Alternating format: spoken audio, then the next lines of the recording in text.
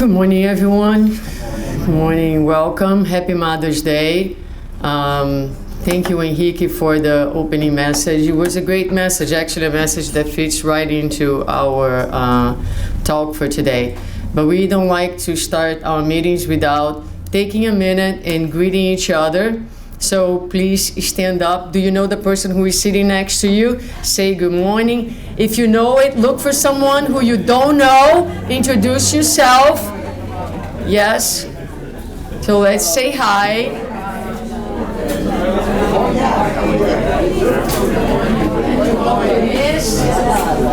It's very nice to have you.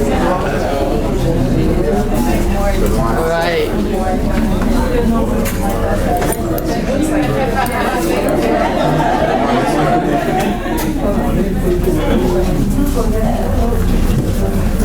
Wonderful, wonderful. Let me tell you something. It's a challenge for me, year after year, speak about Mother's Day. Not because it's a difficult topic, but because every year I ask myself, what can I say different than the year before and the year before and the year before?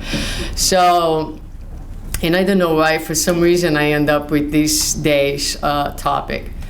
But so today, I wake up this morning and my WhatsApp groups, individuals, messages, it's even hard to be able to open them all, listen to all the videos and watch all the messages, and I respond very briefly. I try to respond to all of them very briefly because there are many, and I'm blessed to receive so many different messages. But I was thinking, looking at the content of the messages, and it's very emotional. Some videos, I received one this morning that is about the word mother. It's the most used word in the entire world. And so it shows all these different kids saying mom in many different circumstances. Like you're in the shower and you need a towel, mom, right? And then it was super, super cute. But my lecture is not cute. That's my point. So I couldn't come up with anything very mellow or sentimental. And so there's none of that in here. Basically, and plus, in our days today, as we feel that the roles of mother and father are converging more and more, there's less and less of a distinction that's based on gender and, what one should be doing and the other, So I wanted to say something about parenting in general. So to celebrate Mother's Day, I thought that would be a good idea to revisit what parenting is about, right?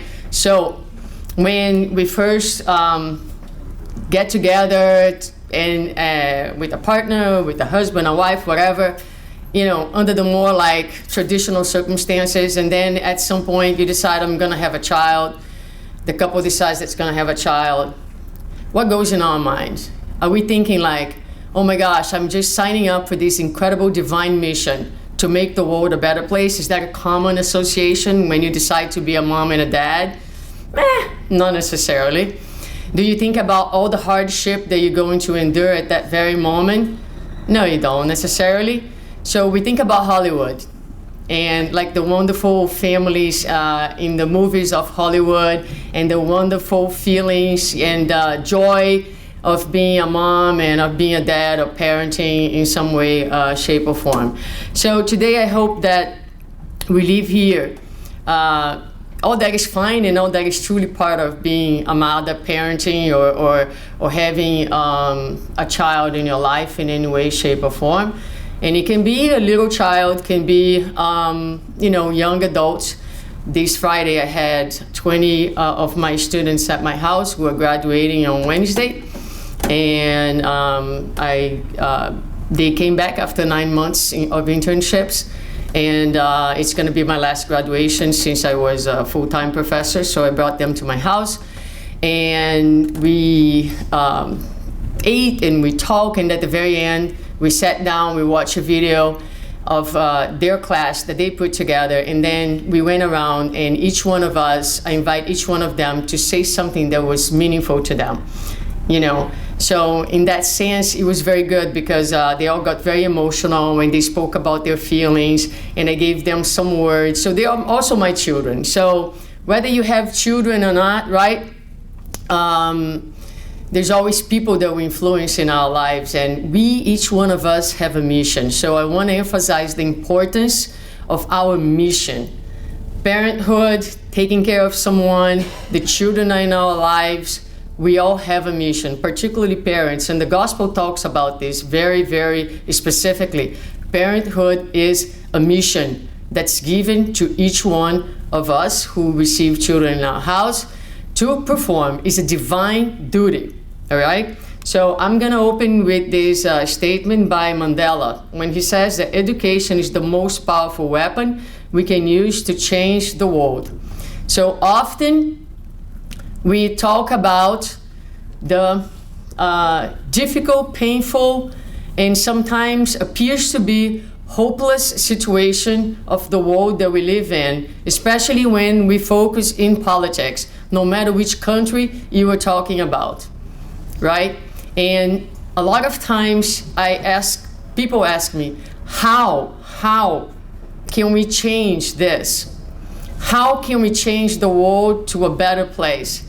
And the only way that we can change the world to a better place is by educating the new generations, is by making a positive influence, so that tomorrow the politicians who are in power have different ethics, different principles, and different values, so that the world can be transformed. We're not going to transform the world with weapons, with violence, with hostility, but with education is the most powerful, important tool that we have in our hands. And when I say education, am I talking about intellectual knowledge? No. That is important, yes, but it's secondary, because I can give you all the knowledge. You don't need a professor this day to know everything. You can Google it. You can go on the internet and learn how to make a bomb. So the issue is not about intellectual education, it's giving our children and our youth the values, the ethics, so that they can guide their intellectual knowledge to goodness and to love, so that the world will be transformed. And so if we think about this, we have, all of us adults in this room, an incredible mission. And we need to think, what kind of influence and how are we relating with the children and the young people who are in our lives, whether they are grandchildren, our nephews, nieces, our own children. Are we educating them to be good persons, right? So that they can, so we have a responsibility. God expects from us to do this job, because that is the way that the world will be changed. So with that, we are going to go to two parts today. One is we're going to try to answer some of these questions. We're going to start from a broader perspective and talk about the role of family, and then zoom in into parents' duties. And we're going to talk a little bit about education, okay? And then we're going to look at some educational principles from early Christianity. We're going to look at Jesus, the only title from all that were attributed to him that he actually took ownership for was the title of master. He said, I am the master, right? So what are the principles that he used to teach, so that we can absorb those principles into our own ways of relating to the children and to the youth? All right, so here are the books that I used for this presentation. In English, we have today the book After the Storm and Family Constellation, both by the Spirit Suzana de Angelis. Also, Lessons for Happiness, that one has not been translated yet, by the Spirit Emmanuel, the book Taught in Life, and by Sandra Borba, which is one of the leaders in the work of children and youth education in Brazil, works very close to the Spiritist Federation in Brazil. Educational Reflections Under the Light of the Gospel. And in this book is where the second part comes from, which is a very, very good book, an outstanding book for the ones who do the work in Portuguese. All right. So what is the role of family in society, right? So how the formation of the disintegration of family would affect our society? Do we need to have families? Are families important? Are they key for the progress? So the Spirits tell us that families are absolutely essential. And why are they so essential, right? And so Joana de Angelis in the book After the Storm, she's gonna say, the family is a blessed spiritual and moral school. It is the sacred workshop where characters are polished, a superior laboratory filtering sentiments, structuring aspirations, and refining ideals. Here, old blemishes are transformed into precious possibilities for the accomplishment of useful work. The home, therefore, when visited by pain of transformation of its members, is a purifying furnace where the firm bases of humanity are always forged. So it's a very long explanation, but if you pay attention, she defines family in 3 different ways: a school, a workshop, and a purifying furnace. Okay?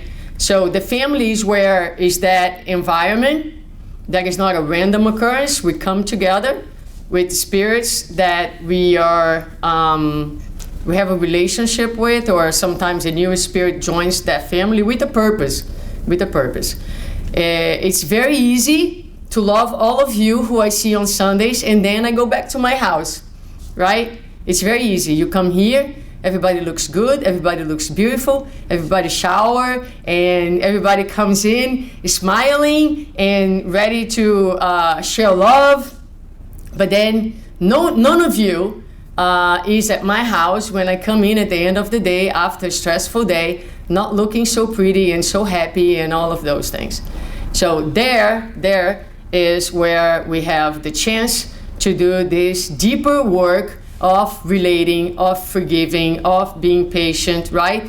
And as we work there, as we learn, and we do our daily workshops, it gets us ready to go out into society and be able to offer society a little bit more from ourselves, from the learning and from the workshop experience that we have in our family. And of course, there is a lot of struggles. The closer you live with people, the more intimate you are with someone, the more you experience conflicts and struggles, because none of us is an angel. And so we have to put up with each other's shortcomings and darkness and conflicts and everything else, right? But as we go through these conflicts and we overcome them, that's how we polish our souls. So the family has all these characteristics. It does all of these, at all these levels. It works and prepares the soul to go out and make a contribution in society. So it's very important. And there are some favorable spiritual conditions for the education of the new soul. So the children who come into our families. The first one is, what do parents represent to the little children, right? So when the little children look at their parents, who they see? God, right? So for the little child, the parent is the all-powerful, the whole truth, right? Is all love, so it's God.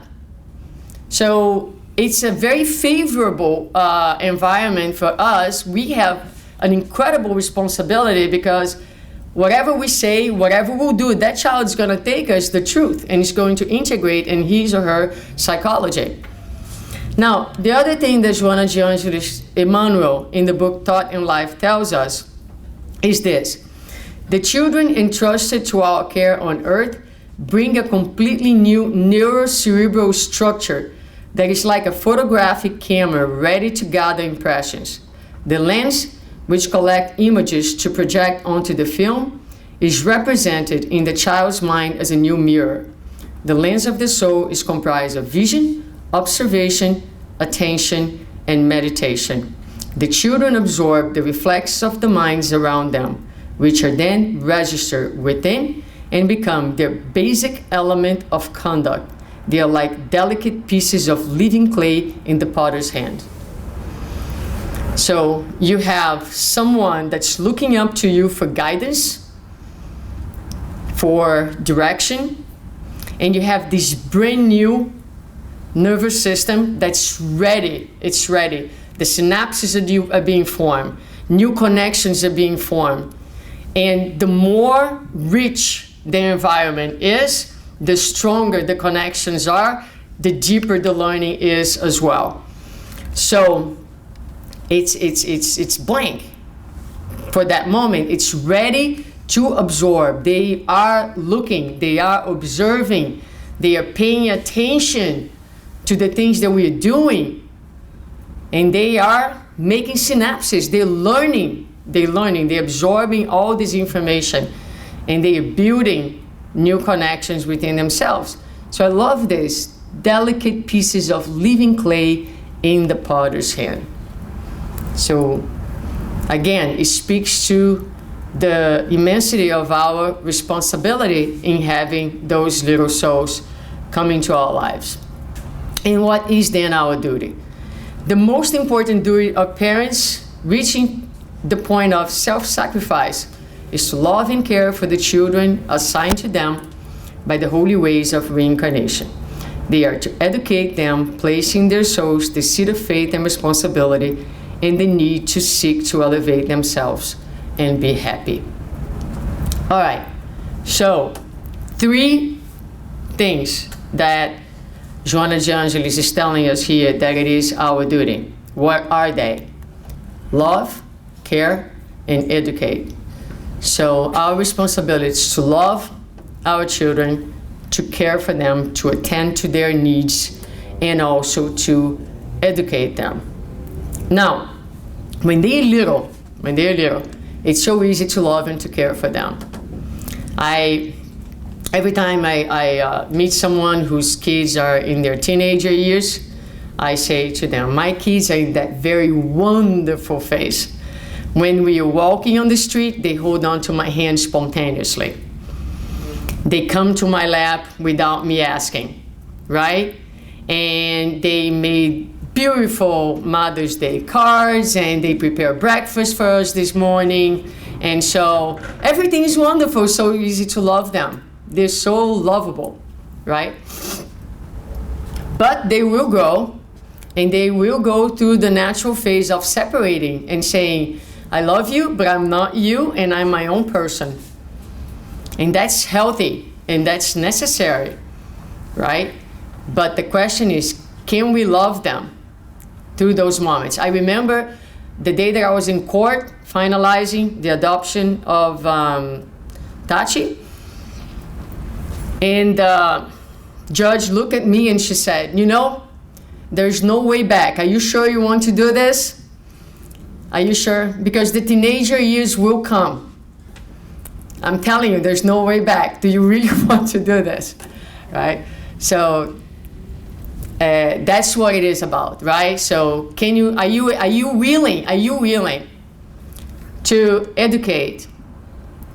Because when it comes to education, that means work. That means work. One of the biggest problems that we find today is that people want to be parents without the work of parenthood. All right? So to educate a child, to put limits, to speak to them about responsibilities, takes work, a lot of work. And so a lot of people, especially in our culture here, where it's so easy to buy things, right? You please your kids by buying, by giving, but you fail to do the work of education. And this has some very serious consequences for the child, for you in the future, and for society as a whole. So In Thought in Life, Emmanuel says, to treat them as mere tokens of affection is to lead them into grave deceptions. It will render them inadequately prepared for their redemptive struggle. So when you say no to your child and you put limits and you say to them, you're going to use this tablet 30 minutes a day, and they come home and they say, but my friend's parents let me use it all day. And I say to them, that's why they were born to them. You were here with me. It is my responsibility to take care of you. And so what I want you to learn is that I care about the time that I spend with you, and I think that to be able to sit and have dinner without electronics is important because we need to talk to each other. I want to hear what you have to say. And I want to be able to say to you what is going on in my life. Do they like it? No. No. Come in. Do they like it? No. Is it tense? Yes, it's tense a lot of times, right? They get upset, they get moody, they get frustrated. It's work. It's work. But that's what it takes to educate someone. So they're not just tokens of affection, just to take them to the theater, to take them to the beach and have a good time. We need to do the work. Otherwise, they won't be prepared. And so a lot of times we fail to give them the limits and to teach the responsibilities, right? Jake right now is very annoyed. I don't even know what he did, but he needs to make his bed and touch his bed every day for 1 week. So he's super upset about that, right? But we need to prepare them for the future. Take responsibilities. And then Sherry is a little rough sometimes, more than me. So she gave him 2 weeks that he was going to do it. But since he came forward and told the truth about whatever it is that he did, she decreased to 1 week. And she said to him, because you're honest and you're straightforward and you're able to own what happened in your feelings, so she validated his courage and motivated him to be honest and straightforward with whatever he did, which I still don't know what happened. But in any case,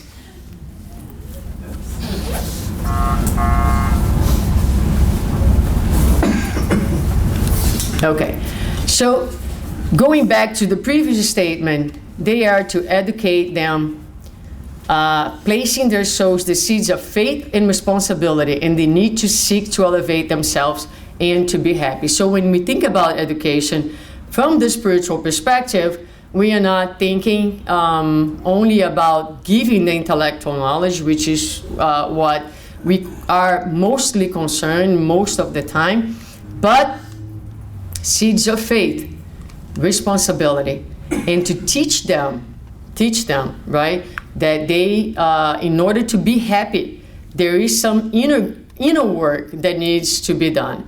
So when we're thinking about education, we're thinking about it in a more holistic way.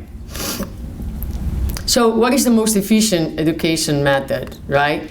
So when you go to book Family Constellation, we read there, Joanna de Angelis tells us that to educate is to offer examples, since the students will more easily reproduce the living lessons presented to them than the theories received. And again, in Lessons for Happiness, she will say the most efficient method of education is the one associated to examples, demonstrating to the child the efficacy and meaning of the parent's actions. The most bizarre experience that I have had as a parent was to observe Tati in particular, to speak to a friend of hers in the way that I speak to her. I was like, oh my God, you know? So you tell your child, right? So don't scream, speak politely, you know, be kind. But then at home, you say to the kid, come on, guys, this happens every day in my life, my house. Guys, because I'm the one who takes them to school, we have 10 minutes to leave the house. I need you to brush your teeth, put your shoes on, right? Get your backpacks ready, and we're gonna leave, okay? and they're like walking around. 30 seconds later, guys, I need you to do this, right?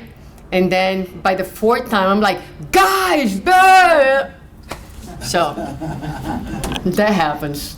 So I hear Tachi speaking to Jake, being bossy to him in the same way I am with them, right? In the same way, because that's how they learn. It's not what you say to them, the theories, the sermons, see them and blah, blah, blah, blah, blah. They're watching you.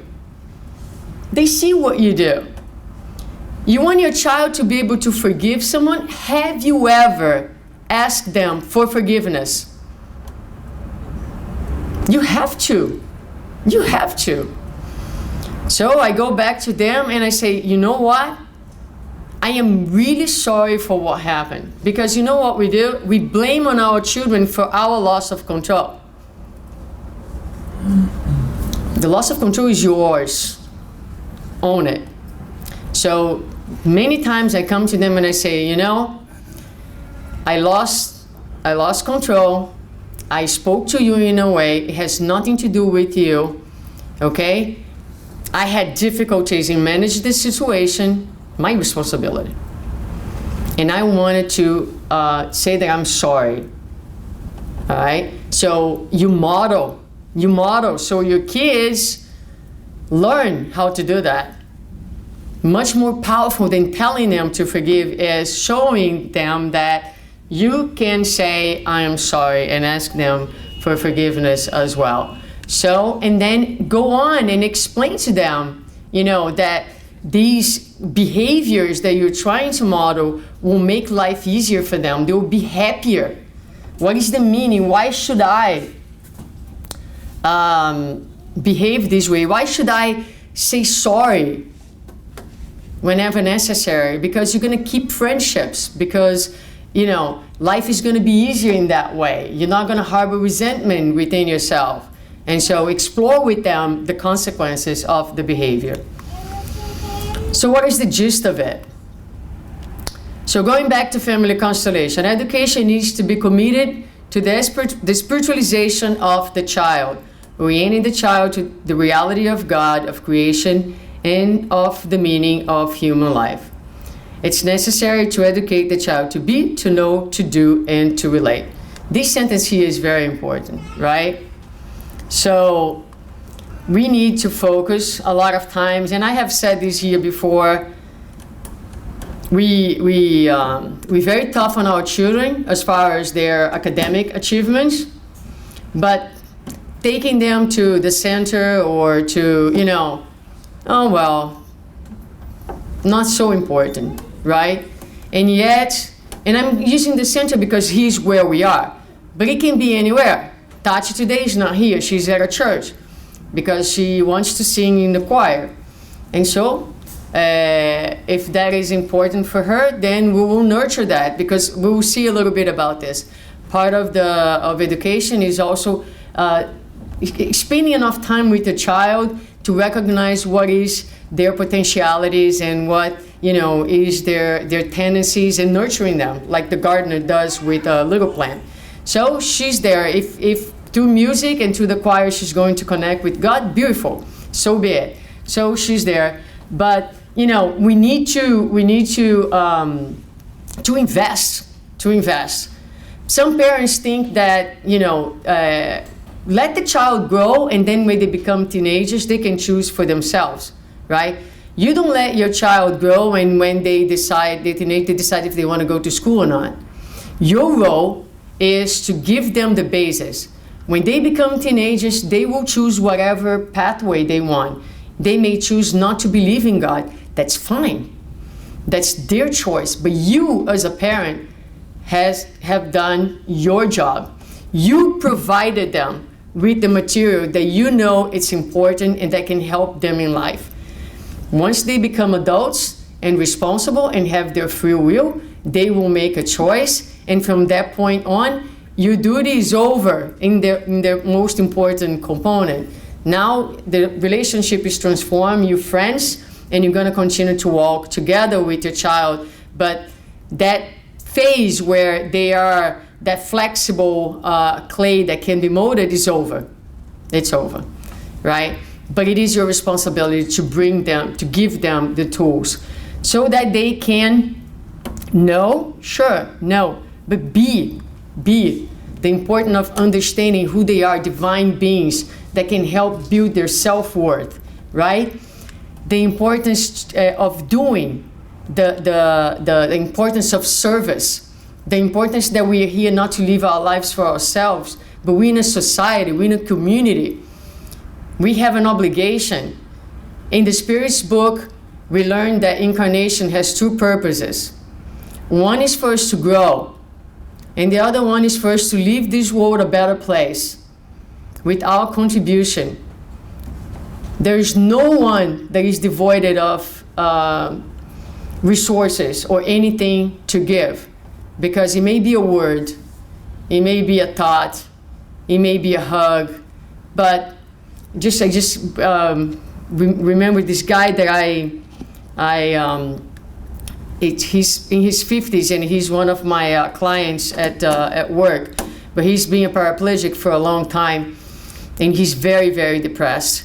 And he told me this Friday, he said, I don't know if you see me anymore, not you or anyone at the ALF, the assisted living facility where he lives. And so he was implying that he was considering suicide. And I spoke to him in the ways that I could in that moment and in that circumstance. But, you know, he's with me, so I'm talking about him. But I only, I asked him, do you believe in anything? He's like, yeah, I do and I don't. I do and I don't, you know. So it just really stay with me, like, you know, the importance of like giving the tools for our children so that, you know, no matter how difficult life is, they can always find a meaning to life, you know. He's a really nice guy. And I told him, but you're such a nice guy, you know, come here instead of just receiving the therapy. Let's find something useful and meaningful for you to do, so that to see if he can find some meaningful activities and regain the willingness to live and to endure certainly a life of trials, but to do and to relate, right? So this perhaps is one of the most difficult tasks and requires that we know how to relate. If we can only teach our children what we know to do. So in order to teach relation, we need to be able to relate. We need to look at our relationships in our own lives, the quality of them, and how we're relating to one another or in our families. So the broad consequence of education is by educating, we build within a child a new person. It is to work for the peace of society. Wars are not made of weapons. Wars are made by the man who builds weapons. To educate, disarming the child of inferior, competitive, individualist sentiments represents the promotion of domestic peace and the beginning of peace in society. So this goes back to our first slide, right? So wars are not made of weapons, are made of men who build weapons. Go back to that very first statement that I did. So we can give all the intellectual knowledge and power to someone, but the question is, what will he or she do with that? Because the internet, money, all of those things, material, are neutral. They're neutral instruments. They're just material. What makes them good and bad are the minds they're operating behind them and the ways in which they're being utilized by us. So the internet can be a very powerful tool for goodness. If the minds they're operating, they're posting, they're sharing, you're sharing goodness, or sharing constructive, uplifting thoughts and ideas, and not destructive, right? So disarming the child of inferior, competitive, individualist sentiments. So that's the work. The problem here is this. But what if these sentiments are present within us? How can we teach something that we have yet to conquer ourselves? If we're extremely competitive, right? if you're extremely individualist in our approach and the ways that in which we live. So we have a problem.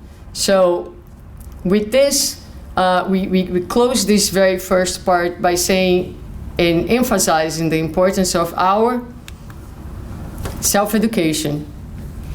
So if we want to, every single parent wants the best for their children. Every single person wants the best for the nephew, for the... So what is the greatest investment that you can do in order to offer the best to your children? Is invest in yourself. Invest in yourself. You should do your inner work. You should work on your values. You should do your work of spiritualization and enlightenment so that you can be to them an enlightened reference. Someone that they're going to look up as gods, and they're going to see, this is how my parent lives. I see the consequences. I see what it means, you know, and I want that for myself. I want the same. It's funny because I grew up seeing my grandmother and my mother very much involved in the Spiritist movement in Brazil. And my grandmother founded a center, and my mom founded a center. And I remember being a little girl and saying to myself, one day I want to found a center too. And that was something that I had in me from seeing them, from seeing the work. And I never thought it was going to happen, but it ended up happening. But so if we put this together, then family is the base of society. Children are fresh clay on the potter's hand. Parents have a mission to spiritually educate their children. Education is most effective through example, and education calls for knowledge from the educator. So those are some of the main points that we talk about. All right? So now in the last 5 minutes, I would like to go over the principles, some of the principles. So the work of inner transformation, it's up for each one of you to do. You know, that's the best inheritance you can leave to your children, is your own inner transformation, okay? But there are a couple things in educating our children, in dealing with the young, whoever it is, some principles that we can integrate into our lives and practice, because they were used and they were part of the ways in which Jesus taught us. So what are they? Human beings are the highest divine investment. We're going to talk about all of them: personal growth, value personal contact, human beings and human experiences as starting points for knowledge. And so let's look at what they mean, each one of these principles. So human beings, missing the S there, are the highest divine investment. So Jesus saw us as a divine investment. And so what does that mean? It means that he believed no matter who you were and where you were in your evolution, that you were worth it. Okay? So we need to approach our children with the same mind frame. And when you think that someone is worth it, you also believe that that person, just like you, has the capacity and the power to transform himself or herself. And the consequence of looking at a human being from this perspective is that he never stops sowing. So there is a time for everything under heaven, right? Our responsibility is for what grows within us. I'm not responsible for what is, or the pace of growth in my child's soul. I'm responsible for throwing the seeds, making the seeds available. Now the work, it's going to happen within her. I'm responsible for the work that's happening within me. But when you believe that every single human being is worth it, and you believe that they have the capacity of growth and inner transformation, is never stop sowing. So that's one of the first principles. A consequence of this first principle is to understand that that spirit will grow And as a parent or as a teacher or as a relative, identify and nurture the potentialities of that soul that may or may not be what you expected. You know, I would love to have, for example, a child that will be a doctor of something. And my child wants to, I don't know, paint, right? That can be very challenging sometimes because we have a tendency to want our children to be a reflection of us. But what is their potentialities? Provide opportunities to experience self-worth. No one wants to see their child, their children struggling. But sometimes, and then a lot of parents, they try to remove the struggles. But if you remove the struggle, you're telling that child that he or she does not have the capacity to overcome. So they grow up feeling that they are unable. So the struggle is necessarily, and you work with them to overcome the obstacles so that they can feel that they are powerful, they are worthy, and they can do it. And we work as gardeners, so that's what Jesus did, you know, giving a good balance between freedom and responsibility.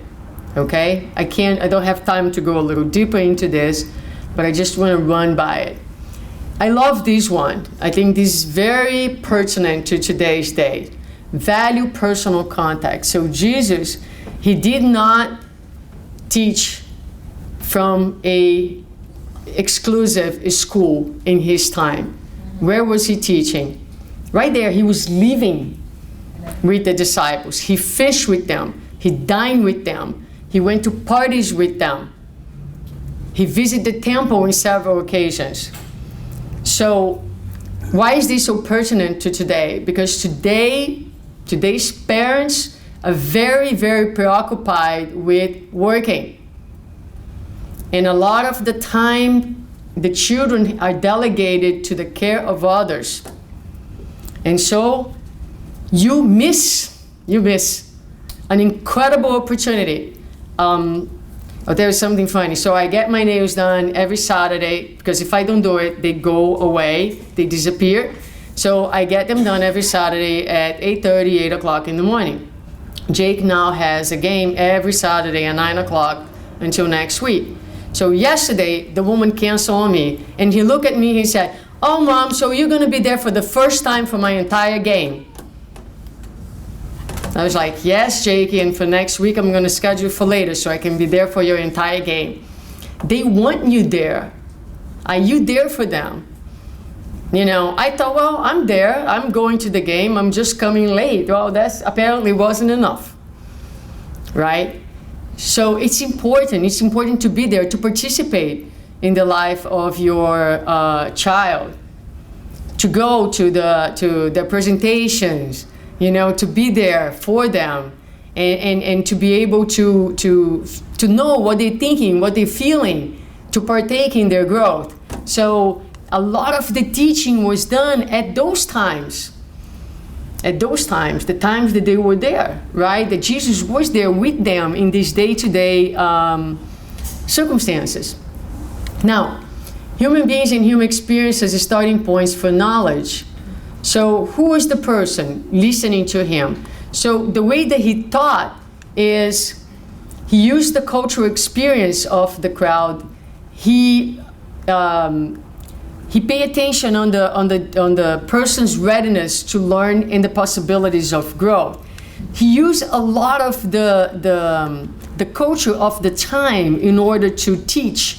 So I cannot talk to my kids about instruments or, you know, things from the past. I need to use what they are used to today, the technology, you know. So if I want to speak to them, you know, I need to learn what are the new apps, what are, you know, what's going on, what they're listening to, you know. In my house, I always listen to Brazilian music. If you ask me one music in English, I could not tell you. Now I can. I learned many of them, because I want to know what they're listening to, and I want to be able to share with them, and you know, whether I like it or not, that's where they are, and I want to be there with them. So, holistic view of humans. This is important. So education does not happen at intellectual level, but reaches the conscience of the student, right? So we're teaching things, but make them think about it. So what does that mean? You know, and so like Jesus did with the Pharisee, he asked, so what's the meaning of salvation? He highlighted the faith of the centurion. He, with Zacchaeus, who was on the top of the tree, you know, he helped him to make a decision, use his free will. So it's to teach intellectually, but also help them to broaden their thinking. And what are the consequences? What does that mean? And explore deeper meanings with them. Always show the relation between practice and theory. By this, everyone will know that you are my disciples if you love one another. I will not know that you are my disciple because you do beautiful lectures about love. You know that you are my disciple because I see you forgiving, I see your tolerance, I see you working on getting along with others, I see your respect for differences. That's how I know that you are my disciple. So it's not enough to say, I want to see it. And finally, the transcendental meaning of human experience. So in all times when we are teaching our kids, we have to bring them the awareness that we are learning for the present moment, but we're learning for eternity, right? We're immortal beings. So it's not only for the present moment. So when Jesus says, truly I tell you, whatever you did for one of the least of these brothers and sisters of mine, you did for me. Or when he says, why do you ask me about what is good? Jesus replied, there's only one who is good. If you want to enter life, keep the commandments. So why are we doing all these things? It's for the present moment, yes, but much more. Much more. We are looking to build happiness today and tomorrow. So going back to the 7 principles, I would say that when Jesus taught, he taught there's some of these principles that I think we can bring to our lives as we deal with our children, which is see them for who they are, divine beings, right? And they're worth of our time, they're worth of our investment, and be with them and talk to them way beyond the intellect, but speak to their conscience and prepare them to live as immortal spirits. And in this way, we will be contributing with Mandela's thought. And I think that it gives us an idea of the importance of our mission, right?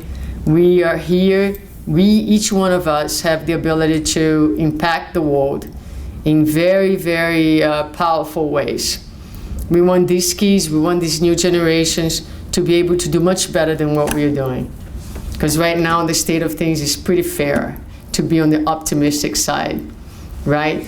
But it can be better. And the world's not going to change from one day to another. It's a process. It's going to take many, many reincarnations, but we'll get there. And the duty as we live here today is commit with our own inner transformation and commit to be there for our children. All right, very good. Thank you.